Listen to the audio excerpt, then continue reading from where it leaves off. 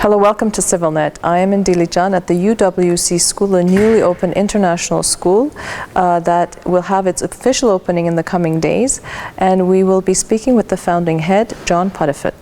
We are in Dilijan, in a resort town of Dilijan, one of the more beautiful spots in Armenia, and we are standing in this most amazing space, which is a brand new international school, UWC school, the 14th in the world. Correct. That's a big accomplishment, achievement for a small country, a post-Soviet country like Armenia, and you are the head of this huge institution that is breaking new ground.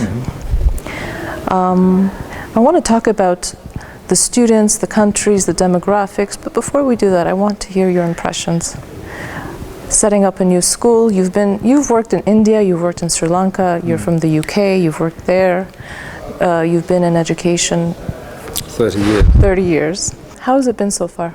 It's been really interesting, certainly challenging, because obviously whenever you try and do anything new in a country you're not familiar with, and I'm sorry to say where you don't speak the language, you have all sorts of difficulties to experience and overcome. But I think that one of the lessons we try and teach the students, and we have to live it, is that if you want to achieve something worthwhile, you have to be prepared to take difficulties on and overcome them and find ways to manage them. We've been made very welcome here. I'd like to think we've got good relationships with the Dilijan community and indeed with the Armenian community. And we've just opened. We're about a month old. And so everything is to play for, as they say, and we've got 96 great students and about 25 really good staff, as well as some administrators too. And so everything is set up. We're not quite finished in terms of building, because there are a few things that need to be finished off. But as you can see, this building is pretty nearly done, and it's a really interesting place to work. UWC, the first school was opened in Wales in 1962. Correct. And the philosophy, the vision behind it was slightly different than what it is today, from what I've read. It was during the Cold War. It was about world peace, preparing young leaders.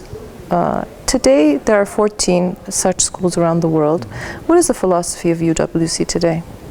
I think you're right to say that it was inspired by the feeling that the world had lived in the Cold War for rather a long time, and people were in the early 60s probably much more worried about mutually assured destruction, as we called it, and of course it was just before the Cuban Missile Crisis, so it was a time of enormous tension internationally.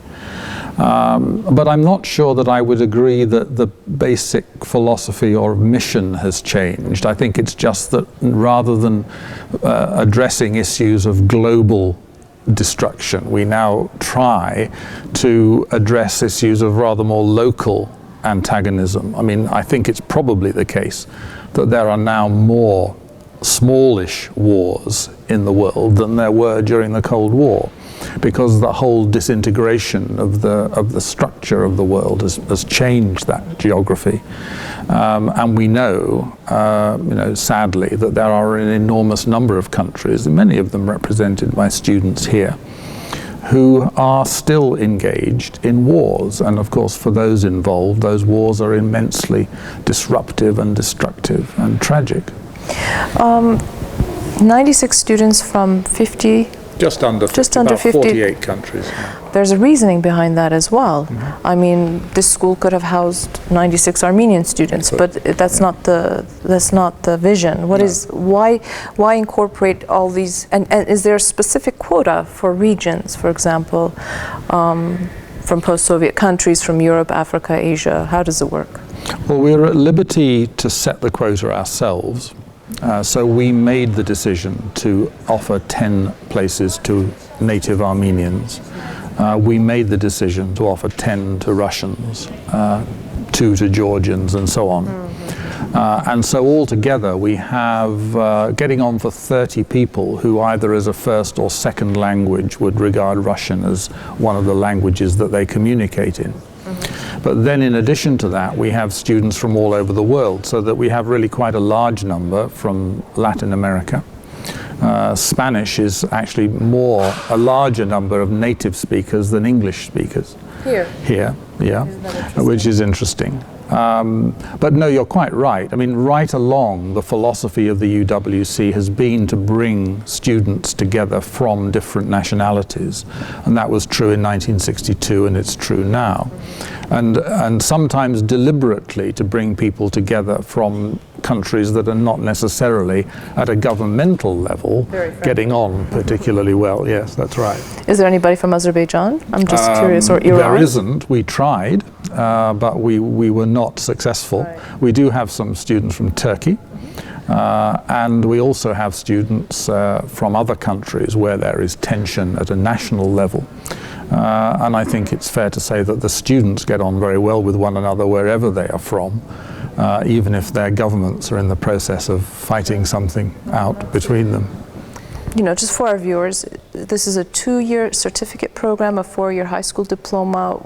At the moment, what is it at the end of the program these kids walk away with? Okay, they walk away with the International Baccalaureate Diploma, which is, I think it's fair to say, probably the most highly regarded pre-university qualification in the world.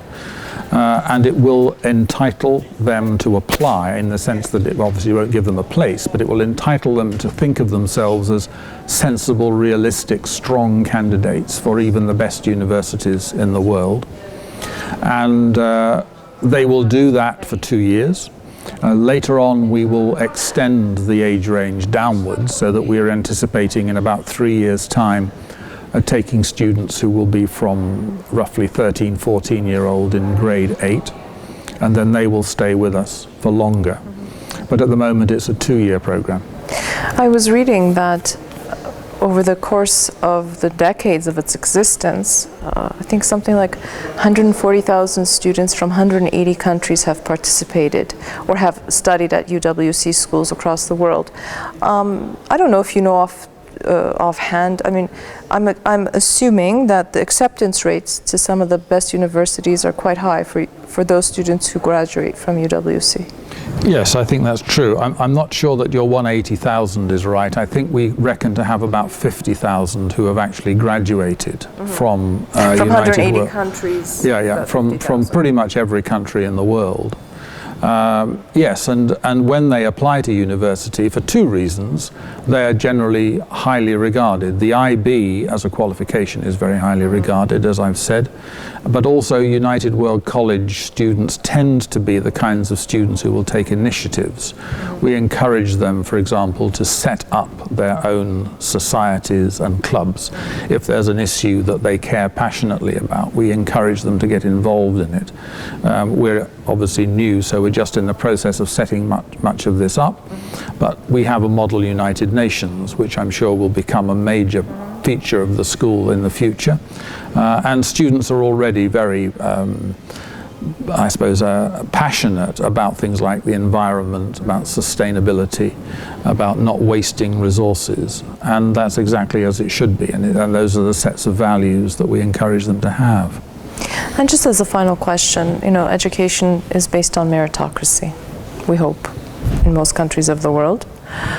If a student is accepted and they have financial restrictions, does UWC help with scholarships for those students to be able to attend? Because it's quite high, the tuition fees and the residences, as most would presume.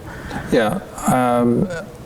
A couple of things about that. I mean, it is a meritocracy, but it's not a narrowly academic meritocracy, in that the students who come here have to be able enough to manage the IB diploma, which is in itself quite demanding.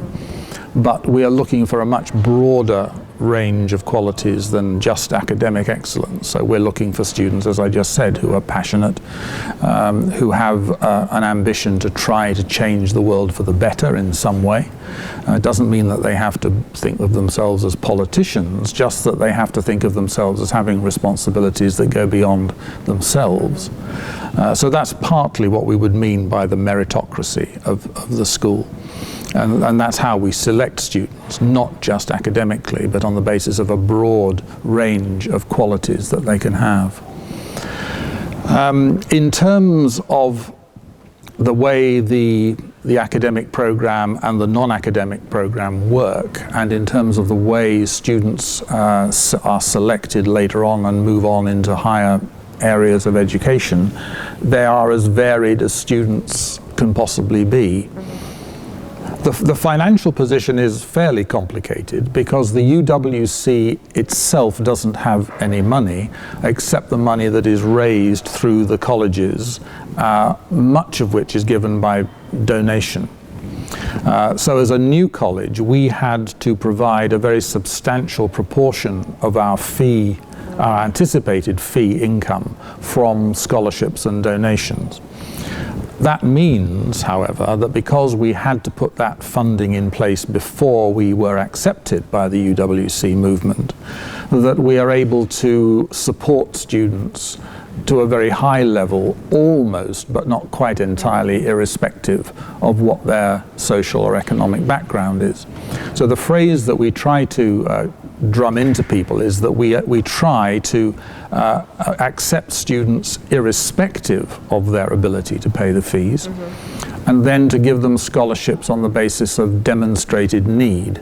In other words, they have to show to us what their background is, and we will then, having accepted them, because the ability to pay does not form a part of the admissions process, having accepted them, we will then do our best to find the funding that is necessary to bring students from all backgrounds here. And the staff is again from all over the world, or? Yeah, at the moment the staff, which is clearly smaller than it will be when we are a full school, is from about 12 different countries. 12 different countries. Yeah. It's fascinating. Thank you so much, Okay. John Puddefoot. Thank you. welcome. I'd like to remind our viewers that my guest was the founding head of UWC Dilijan, John Puddefoot. Stay with CivilNet.